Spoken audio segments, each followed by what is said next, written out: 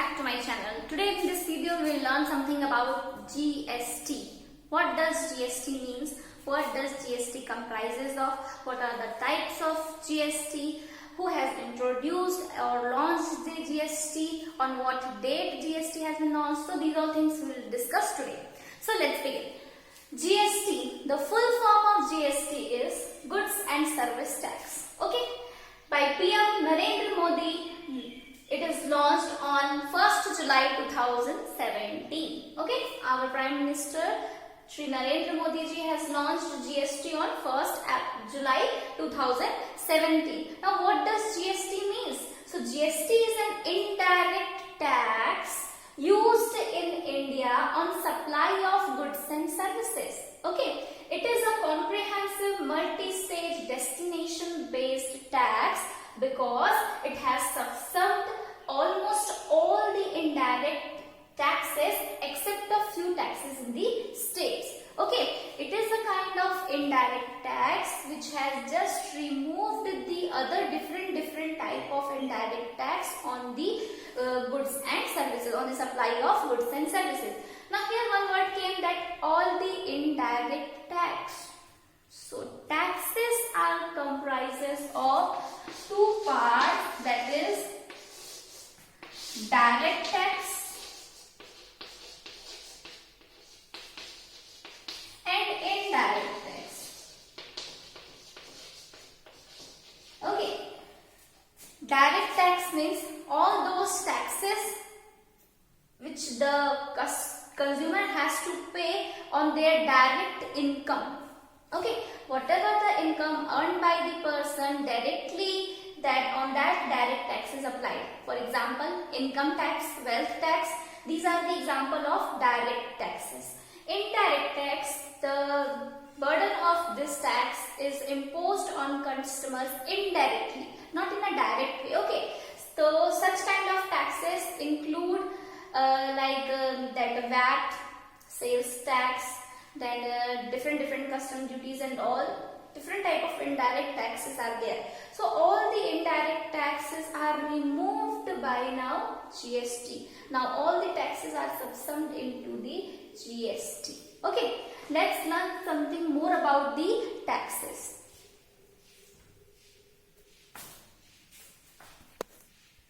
So all such cases, taxes are divided into two parts, direct tax and indirect tax. So all those taxes which are imposed directly on the income of the customer, that is called as direct tax. Example, income tax and wealth tax. Indirect tax, the burden of such taxes which are indirectly imposed on the customer, such as sales tax, custom tax, VAT. Okay, so such type of taxes are called as indirect tax. Now these all taxes are removed and one tax is going to be applied, that is called as GST. GST is applied in different states, different ways. GST also is having three parts, that is SGST, CGST and IGST. What is interstate GST, what is intrastate GST, that all we are going to learn now. Okay. So GST based on the movement of the goods. Okay. Intrastate movement and interstate movement. Intrastate movement means within the state, when goods is moving from one district to different district, such kind of movement will be called as intrastate, means within the state. Suppose take an example that we are sending goods to, as we live in Chhattisgarh, no? So within the state, a Raipur dealer is sending goods to Bilaspur dealer, a Raipur dealer is sending goods to Ambikapur. So such type of within the state transaction will be termed as intrastate movement, and on that movement two types of GSTs are arrived, that is CGST and SGST. Central Goods and Service Tax, States Goods and Service Tax. It is applied by central government, this is applied by the state government. And when there is interstate movement, means from one state to another state. Suppose Delhi situated people, Delhi living people is a dealer is going to provide a goods to the Mumbai living people. Okay, so such type of transfer of goods will be called as interstate movement transaction, and on that IGST will be applied, that is integrated goods and service tax, that is applied by state and central government concurrently. Okay, so this was all about the GST, types of GST, interstate and intrastate GST transactions. Okay, so now you know the concept of GST. Now we will move forward the GST entries, how we have to perform on journal entries. Okay, how these GST entries are applied on the various transactions, that we will learn now. Okay. Okay, now we will discuss about the journal entries related to GST. So that side I have written few transactions related to purchase and sale, while the transaction is record the journal entry assuming that CGST is applied for 5%, SGST is applied for 5%, and the transactions are occurred within Delhi. Means it is intra-state transaction. Within the state, within that particular state, all these transactions occurred. Okay, first transaction is Sobit bought goods of rupees 1 lakh on credit. Sobit is going to purchase goods on credit. So whenever the amount of GST is paid, input GST is applied. Input abbreviation we are going to write down as, and CGST and SGST we are going to apply. Okay. So 1 lakh rupees per goods he has purchased. So purchase account will be debited with 1 lakh rupees. Input GST, I told you that 5% CGST, 5% SGST. So on the amount of that particular goods, 1 lakh rupees, we are going to apply 5% GST. 1 lakh into 5 upon 100. So amount will come 5,000. So 5,000 input CGST rupees debit will be 5,000.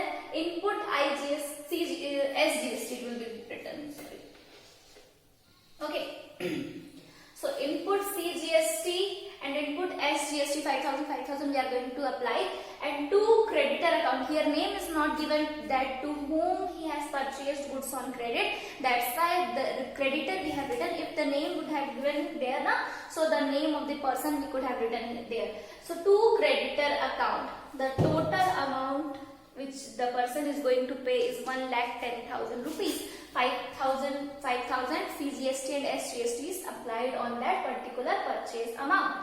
Next is he sold them for 1,35,000 same state on credit. The same goods they are going to sell that particular goods of rupees 1,35,000 and in the same state. So when we are going to, and it is given on credit, we are going to sell. So instead of cash, one debtor will be there in the firm. So debtor account will be debited. If this could have sold in the cash, we could have got the cash account. But here cash transaction is not there, credit transaction is there. So debtor account debit.